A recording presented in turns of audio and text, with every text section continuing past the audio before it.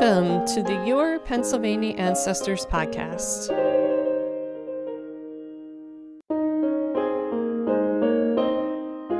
This is Denise Allen. On this week's episode of the podcast, we go back to Philadelphia to learn about the special archival collections in and around the city of Philadelphia. First, I'm going to start with a teaser for you of some of the members of the Philadelphia Area Consortium of Special Collections Libraries. I interviewed them on Archive Night, just quickly explaining what they have and what might be of interest to genealogists. And then we're going to get to our guest this week.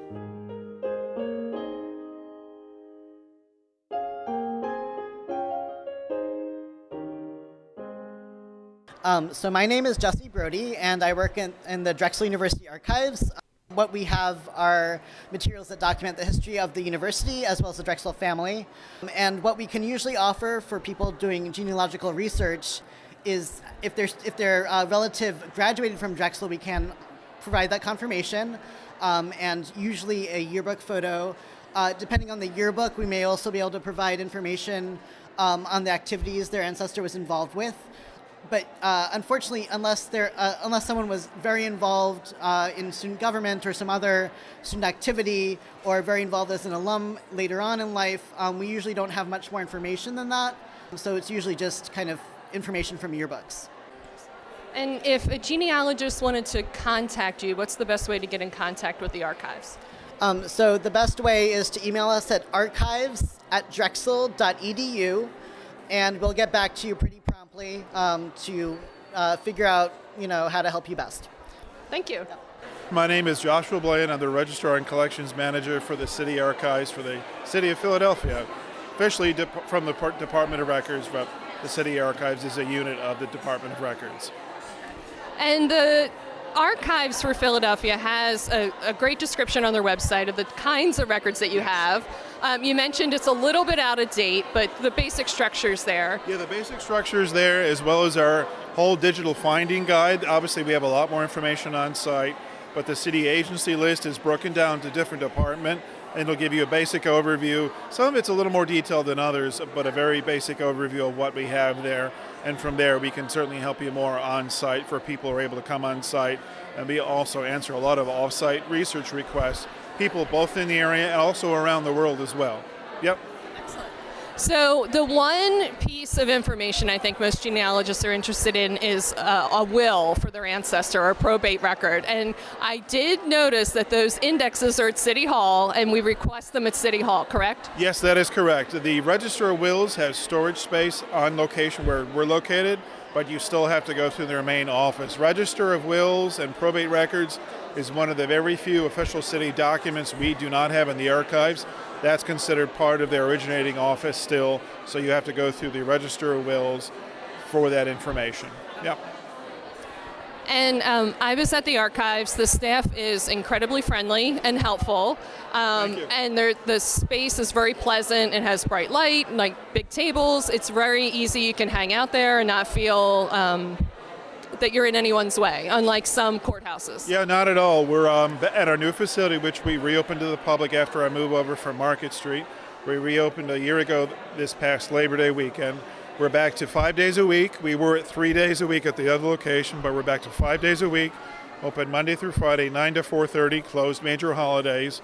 And the best part is at the new facility as well is the great open spaces and it's also new exhibit space. We have free off-street parking available at the Target lot. We all share the same building with Target and Yards Brewing Company, but we all have our separate entrances, of course. But people can park for free at the Target lot.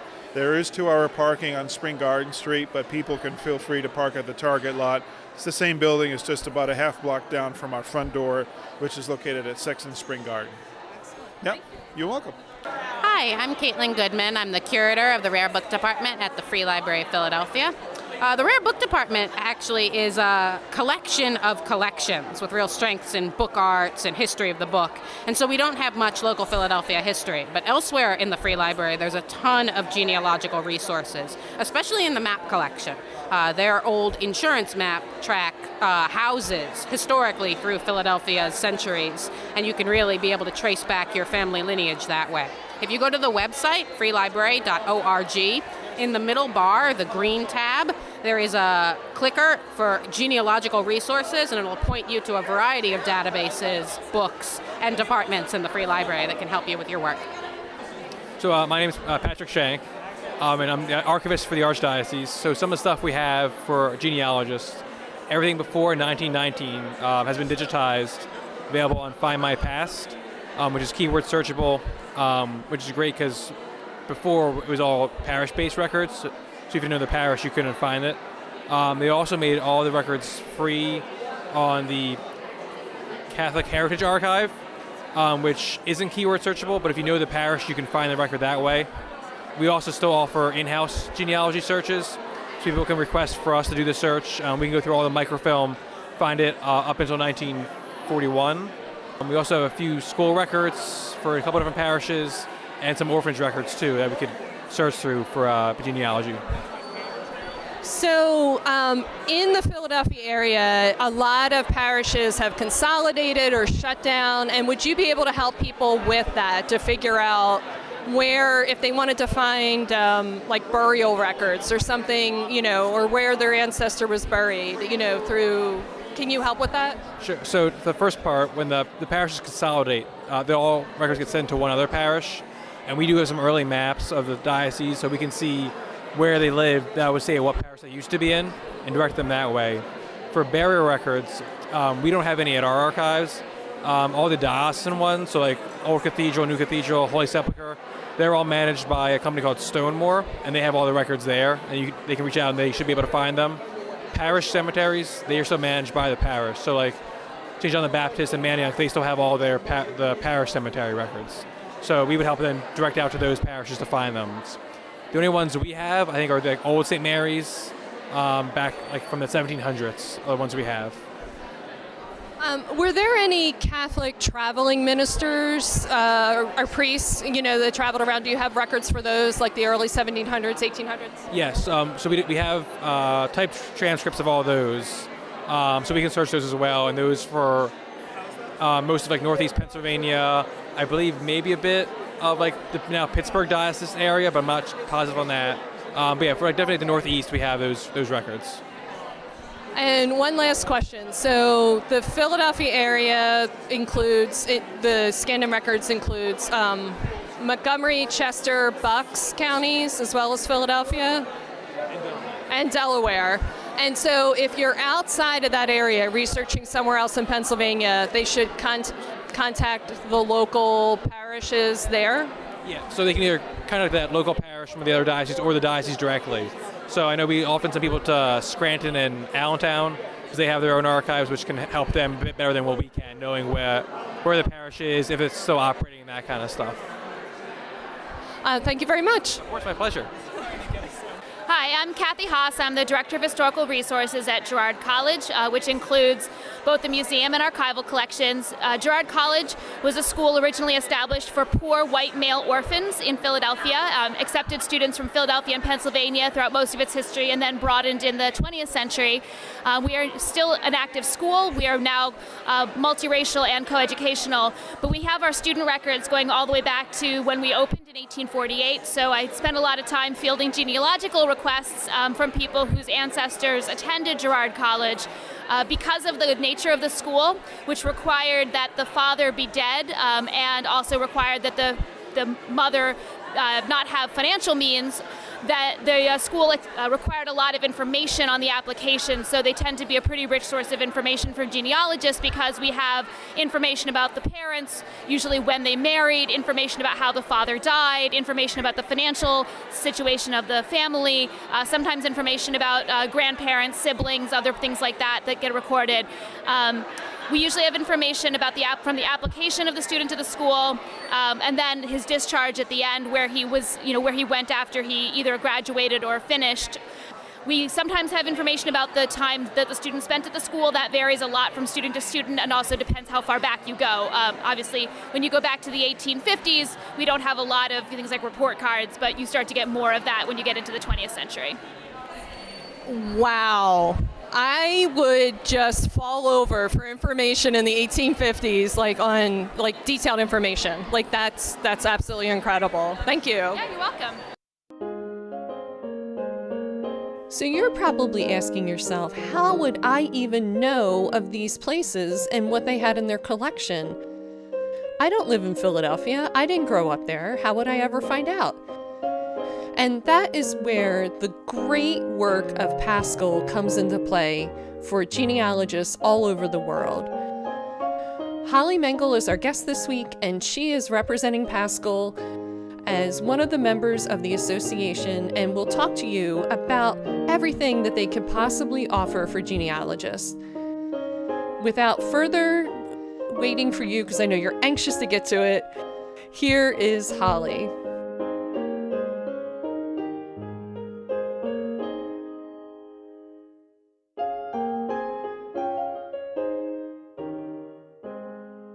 Holly, I wanted to welcome you to the podcast. Holly, you work at the Kissick Center for Special Collections and Rare Books and Manuscripts at Penn, I should say the University of Pennsylvania, which is in Philadelphia.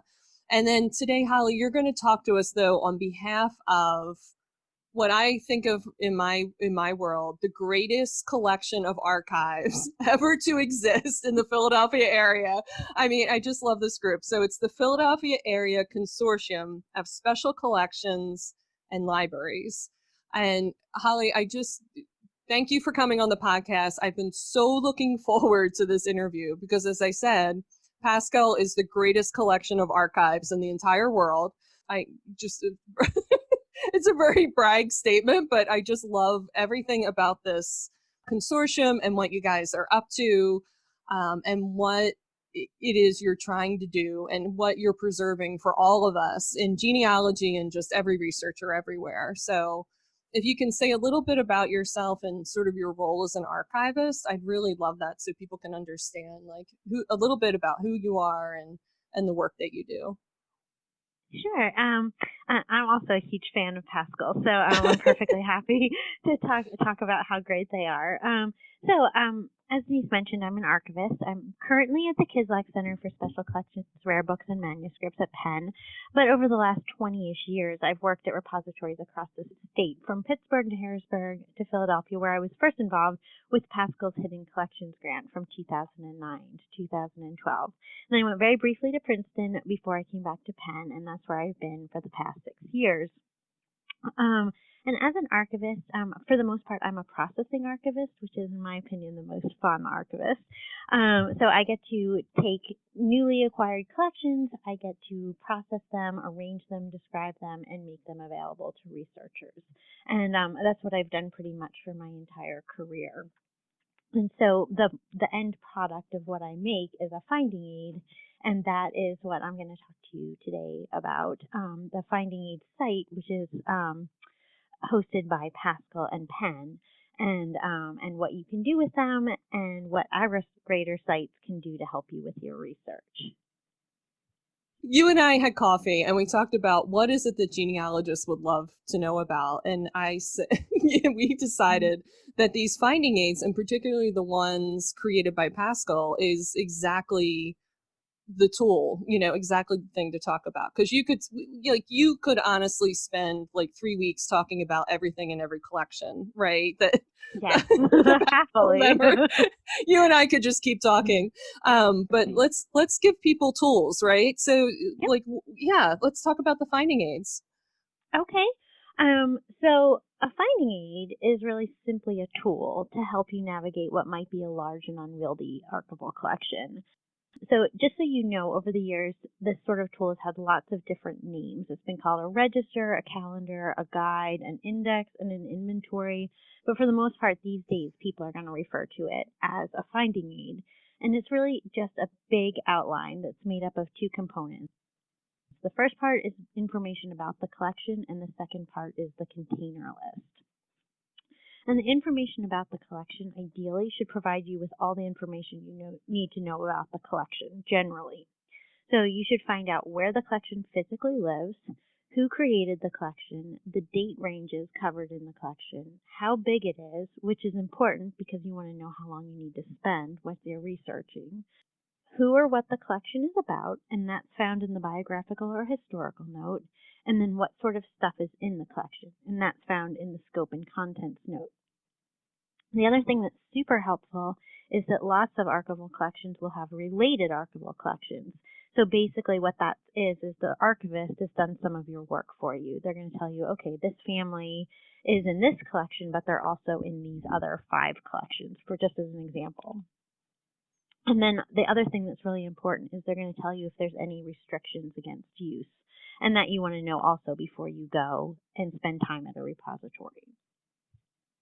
And then the container list is going to tell you in greater detail than the scope and content note what's actually in the collection. So that will be like what's in each box and folder number, or what's in each box, depending on how detailed the finding aid is. And that's where you would probably find, specific types of material related to family members.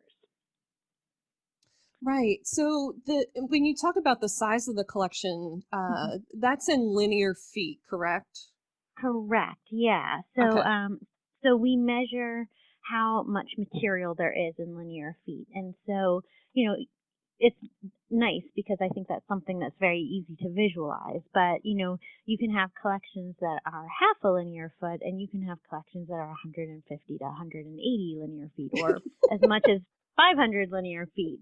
And then we also would tell you how many boxes ideally, but you're going to be concerned about how many linear feet. If you have, half linear foot, that's maybe an afternoon, but 500, you're going to have to spend a lot more time with the finding aid because you'll want to limit yourself to a much, much smaller component of that collection. Right.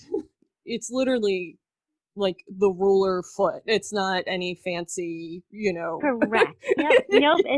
Yeah. Nope. It's how much material you have there, and all it Okay. does really is give you a sense of how big it is and how much information is actually there. Okay. And when you talk about too on the finding aid that the collection listing, maybe let's say it's the collection all related to one family, and then the family collected letters or from different people, let's say, is part of the collection. It's not going to list every person in every single letter. It might just list the recipient. So if they were in correspondence with one particular other individual, and they're writing back and forth, but very rarely will it list everybody associated in that letter.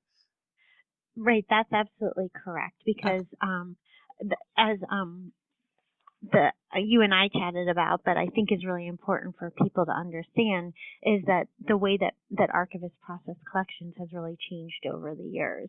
And in the early days of the archival profession, a lot of description took place at great detail. So like the WPA, for example, did amazingly detailed descriptions of some really awesome early American collections.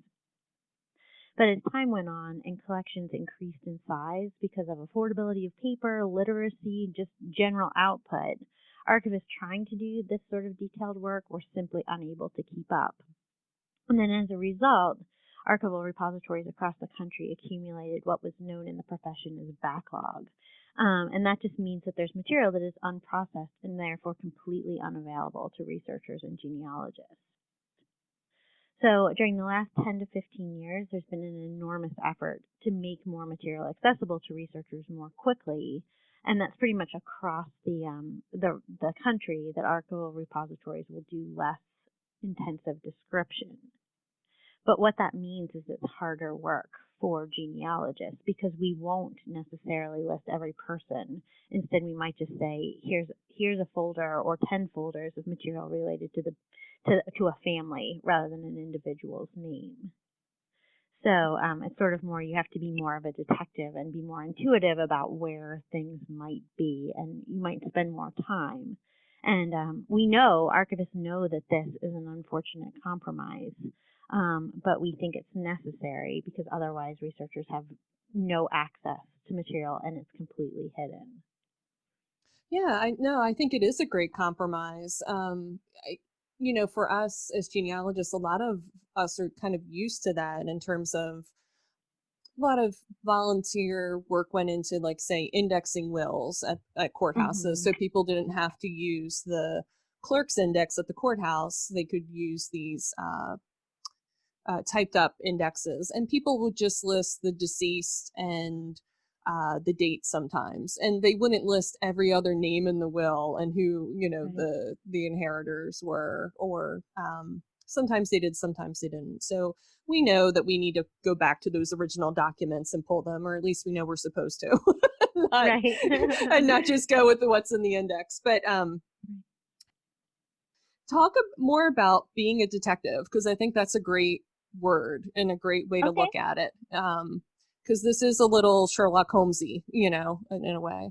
Yeah, absolutely.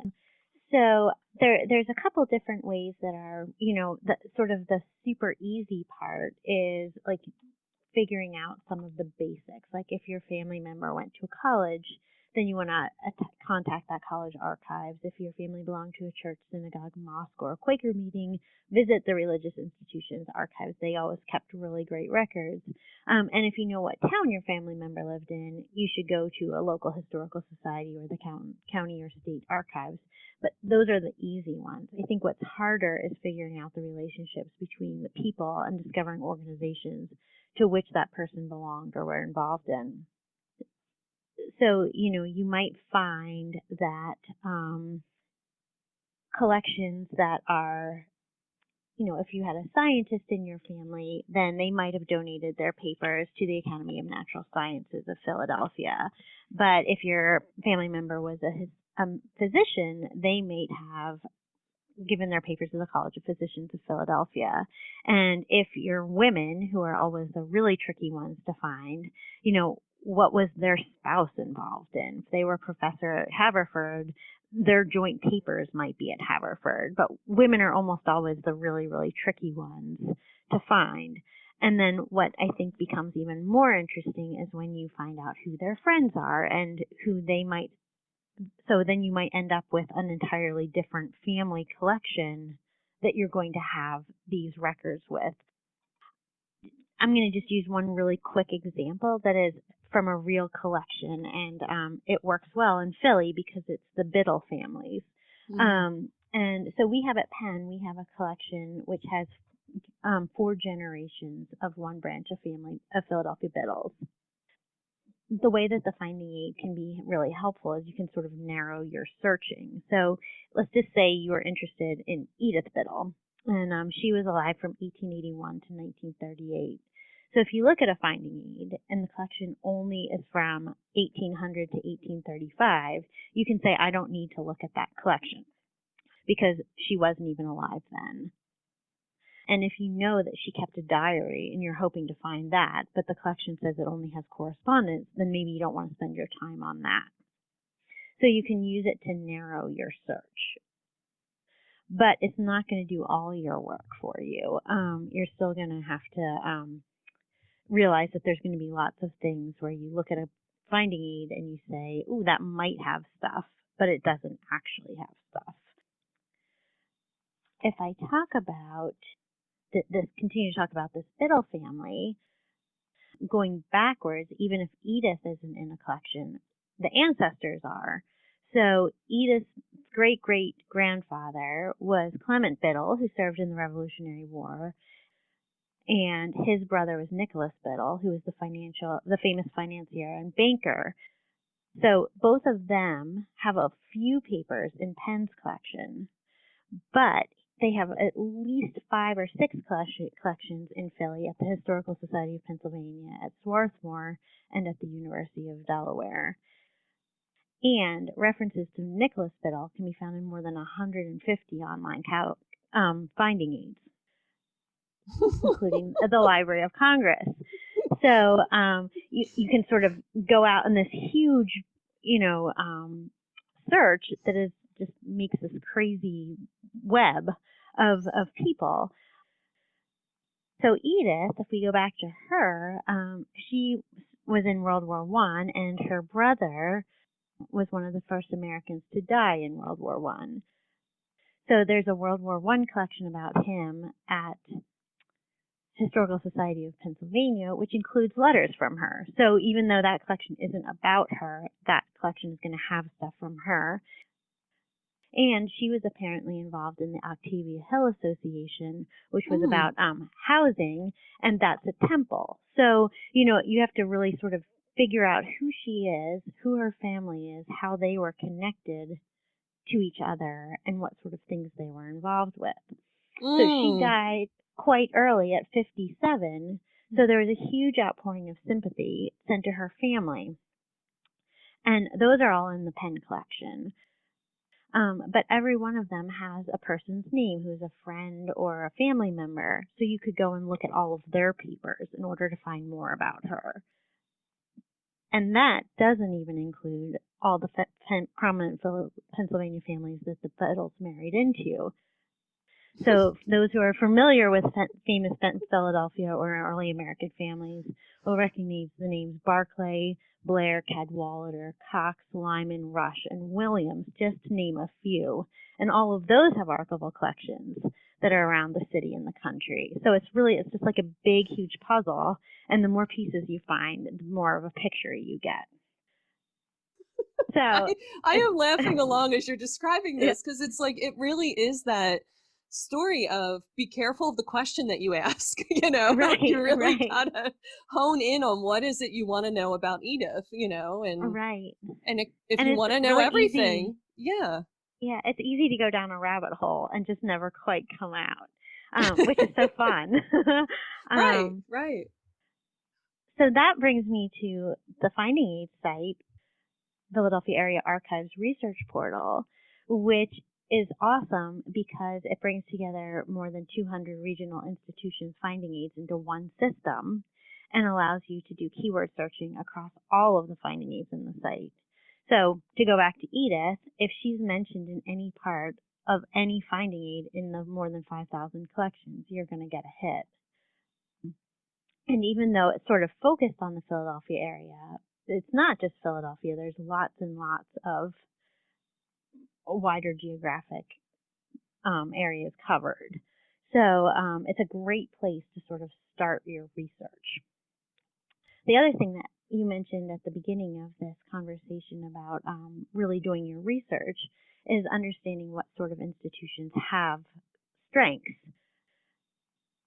So if you are interested, if your family member was a woman physician or a homeopathic physician, the Drexel College of Medicine's Legacy Center focuses on both of those types of physicians.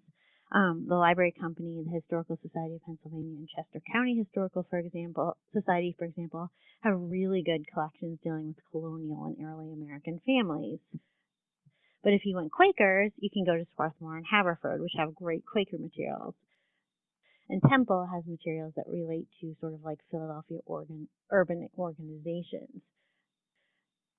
And these are just examples, and those repositories have way more than those things, but those are sort of very concentrated, strengths that each one of those have. Can you talk a little bit too? We had talked about this, but why something like, to go back to Edith Biddle, why is her stuff all over the place, right? So like, there's a good reason for it, right? But it can be frustrating to a first-time researcher. Like, well, why is it like this? Absolutely. So one of the key tenets of the archival profession is really that you keep things together by the creator of the collection. So we can say that if Edith Biddle has her own papers, which as far as I know she doesn't, but if she did, they would be kept together, even if there is a Biddle family papers in the same exact repository. And everything that Edith sent to a person will be in that person's collection. So let's just say that Edith and Mary Smith were best friends. If Edith sent material to Mary Smith, everything that was in Mary Smith's possession are in the Mary Smith papers. And so that means that things do get completely spread all over everything. And to go back to like the example of having one brother having papers at the Academy of Natural Sciences and one brother having material at the College of Physicians, if they were members of, the Anthropological Society of America, the Anthropological Society of America has its own records, and everything he did with that organization would be kept in their records. And then we talk about, people moving, and all of a sudden you have Aunt Jane who moved to California, and her papers are in a California Historical Society. So you end up with material very naturally going in lots of different directions. It makes sense when you think about who sort of had the papers at the time of death, is how I try to think about how that works. So if, everything that got sent to me would be mine, even if those include famous people from, people who have collections elsewhere.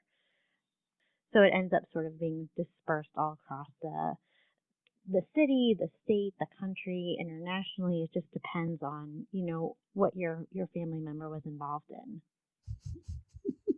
So it's a very puzzling and exciting game, so to speak. Exactly. Yes, and I think that's a great way to look at it. It's a game. It's a scavenger hunt a little bit, and it's also a way to retrace your ancestors' steps. It's an opportunity to do that a little bit, and who they were associating with, as you said, what groups they were involved with, who their social circle was, is all going to provide you clues as to where to find anything about them.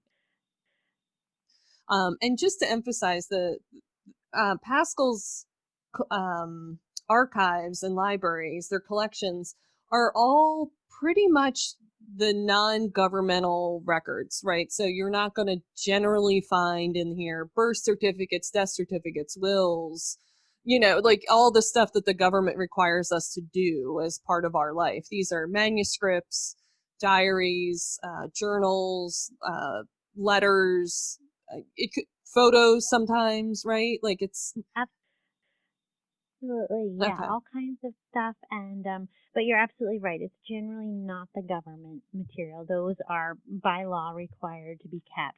So what you might find is copies of those things in the collections, but you're not going to find the originals for the most part. The other thing that you might find is, business records. Like the Hagley has an amazing business records. So if you know that your, grandfather worked for an organization or for a company for their entire career, there's probably going to be employee records in there that you would be able to find. You just really have to sort of look around and find out what kind of things are out there. Yes. Okay, good. I'm glad you clarified that. I think we talked about finding aids and being a detective and why materials dispersed. Anything else you want to say about that? And do you say Parp or as the? We do call it Parp, but yes. Okay, like the Parp as the. Anything else about the Parp Finding Aid or website? Yeah, actually, I think it's as important to know. It's a great resource and it's a great place to start, but it's also really important to know that even though there's more than 5,000 archival collections described on Parp, there's lots more that aren't available through the site. In order for them to be on the site, they need to be, first of all, electronic, and they also need to be encoded in archival description, which is not something that lots of people do. So even those that are electronic, if they're in old formats that don't work within the Parp system, they're not going to be there. So it's really worthwhile to contact an archive that has connections to your family members, even if you can't find any trace of them online. So it's a great place to start, but it is not all of the material in Philadelphia by any means. That's going to be across the world. There will never be a case where every finding aid is available electronically. Yeah, I wanted to ask about that too, because a lot of genealogists are trained to look at archive grid, it's the same with archive grid, right? Like Correct. It's not. Yeah, and in that case, it's generally MARC records are pulled out of OCLC. So your library has to be a member of OCLC in order for that to have your finding aids pulled into Archive Grid. So it's always going to just be a small fraction of what's actually out there. So the best thing to do then as a genealogist is to put on your detective hat and gear and retrace your ancestors' steps and really look to see what archives are around where they lived, died, and were born, and maybe where their children, if they pass things down to their children, where their children might have lived and died, and because all those places could have manuscript collections, right, on that person. Right. Mm-hmm. Okay. All right. Right. And to look at the famous people, maybe that they lived around, and they could have written something about if your ancestor was doing a profession that might have brought them into the other person's purview. Right. There's also some really easy ways to sort of narrow your searching that I thought might be useful if you're interested. Oh yeah, no, please.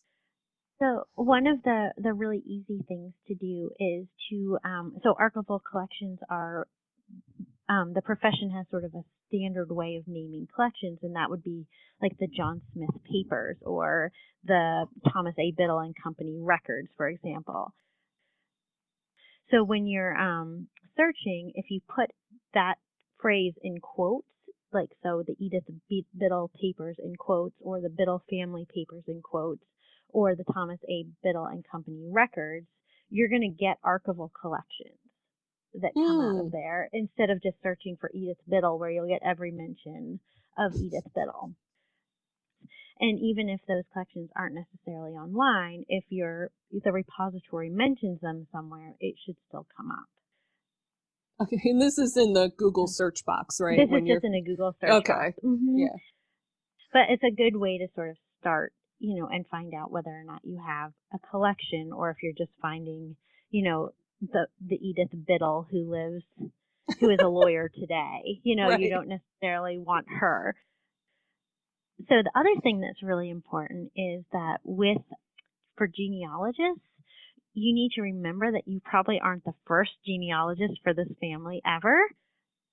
And a lot of collections actually contain huge amounts of work that's been done. So once you get to a finding aid, you should do a search within the finding aid for things like genealogy, family history, obituaries, company histories, biographies, or family Bibles. And you could find that a ton of your work has been done for you, which is really nice. So this Biddle family collection has a whole series where the person who donated it had been doing family research for years and years and years, and all of his research was in that collection, which meant that people had a huge step up as far as finding out where people were, which is amazing. Yes, and thank you for bringing that up. Yeah, the Genealogy Society of Pennsylvania, a lot of their genealogists' research is at the Historical Society of Pennsylvania. So, yeah, you can totally pull up the papers of someone who might have worked on that family in 1970, let's say, and looked up all the wills and deeds and done some notes and some, sketches out and everything, and written letters, and it's interesting. I just opened a Bible the other day that had tons of little pieces of paper slipped in there, and it had, probably a dozen obituaries that they had sort of tucked in, and it had the birth and death dates in the family record period. But it's the kind of thing that you might not necessarily think that that's where you're going to find that information, but it actually is there. Oh, that's wonderful. Yeah. You love that when you run across like the family historian, the previous one. Exactly. Collected a bunch of things. It makes my job easy when they do that. Well, I told you the story of coming across that letter where the woman wrote, she was looking for her biological parents. They had died when she was 8, and she wrote out her whole family history, like her 2 sisters' names, who they were married to, where she was born, what her parents' names were, because she remembered them, she was 8, who her godparents were, who she went to live with, Like, and all of those could turn into archival collections, but then you can search for more info. So it's great. It's just wonderful. It's like, I every time a woman writes a letter or keeps a diary, I'm so thankful, because a lot of Right. times, you know, as you mentioned, they're attached to their husbands if they were married, you know, but otherwise they tend to, you know, disappear in history, and we unless they say something, we don't always know about their life. Right. And, you know, and then her having just two sisters, it's like, oh, you know, then they really don't track because they, you know, took their husband's names and everything. Right. Anyway, so it was, I'm in love with this woman and I don't even know her. I was just like, thank you for writing this letter, and thank you, HSP, for preserving it in a folder and I could find it, you know. I was so excited. So, I think you wanted to talk about too, like why going to an archive is awesome. I mean, I know it's Yeah. awesome, but, um, and you get to work yeah. in one every day. So I like, know, it's the best job ever.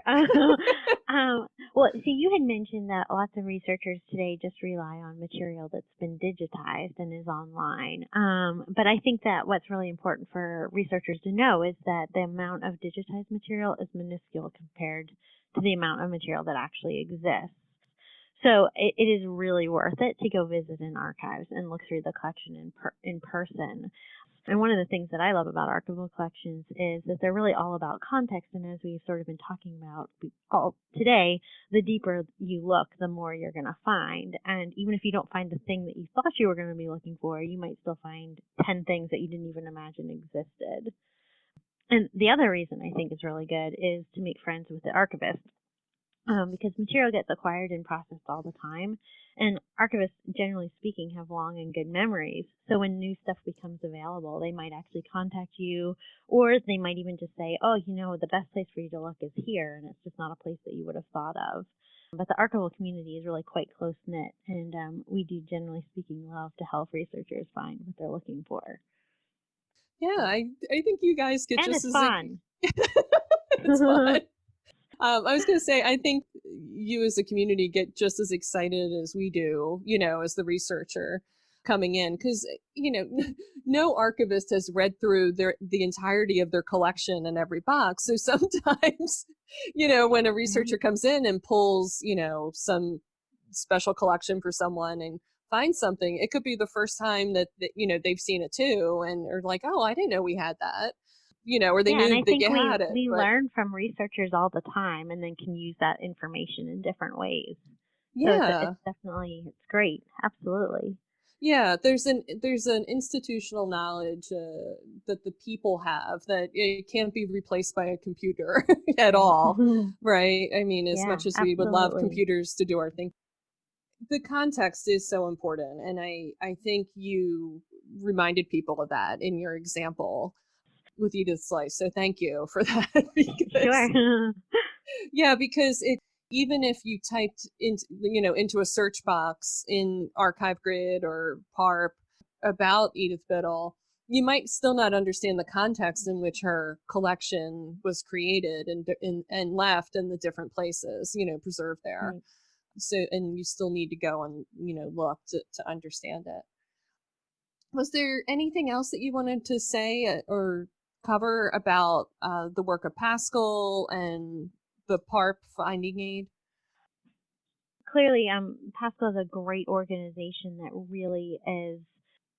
I always think of it as sort of taking all of the bits and putting them into a big bowl so that you actually have a sense of, you know, again, it really is all about context and how the resources are shared and how people can use more than one collection in order to find like the deeper story.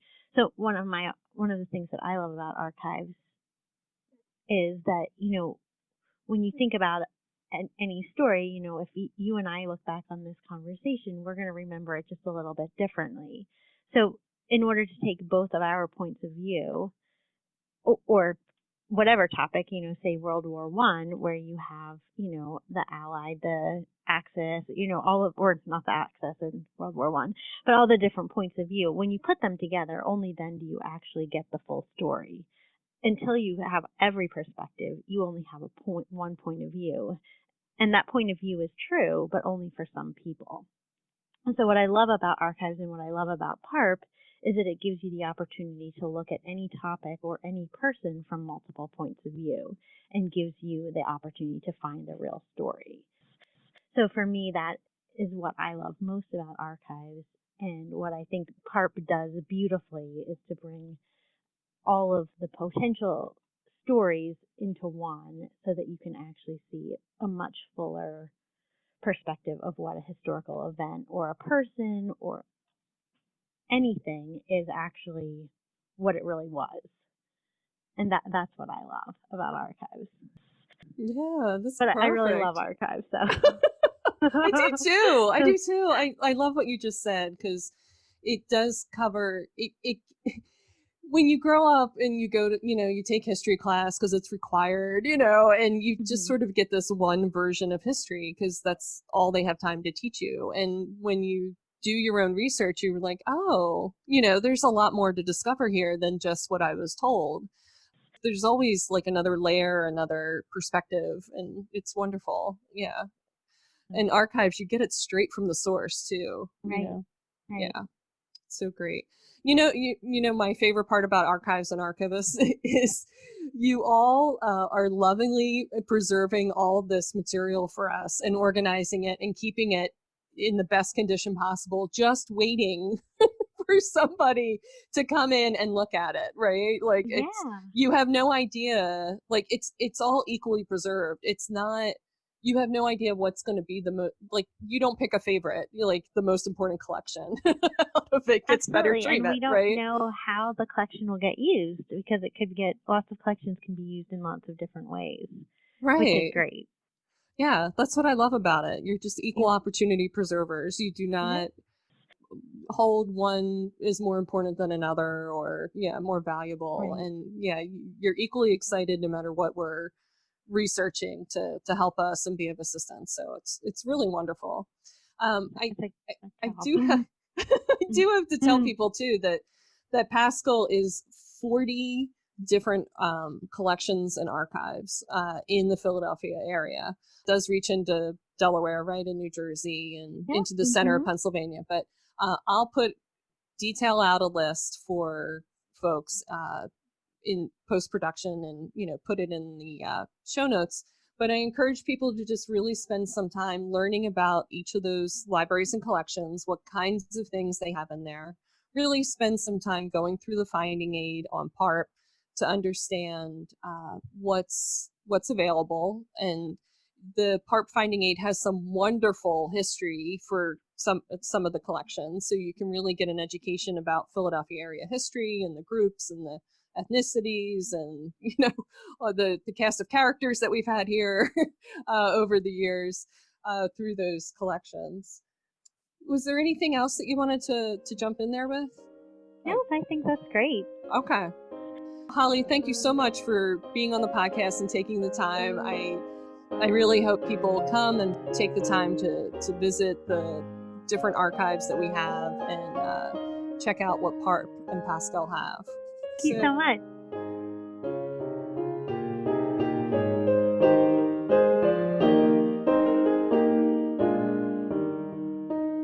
I want to thank Holly once again for really taking the time to dig in deep with us on how to use finding aids and structure our research so we know which archive and which collection would best help us. Next week is the final episode for Your Pennsylvania Ancestors for Season 1, and it's a special Q&A episode. I have a bunch of questions that came in, and if you want to get your question answered, head over to my website, paancestors.com. Click on the blue button there that says Leave a Question. You can record up to 5 minutes with what your question is, and I'll use the recording next week on the show and answer it. Thanks for listening.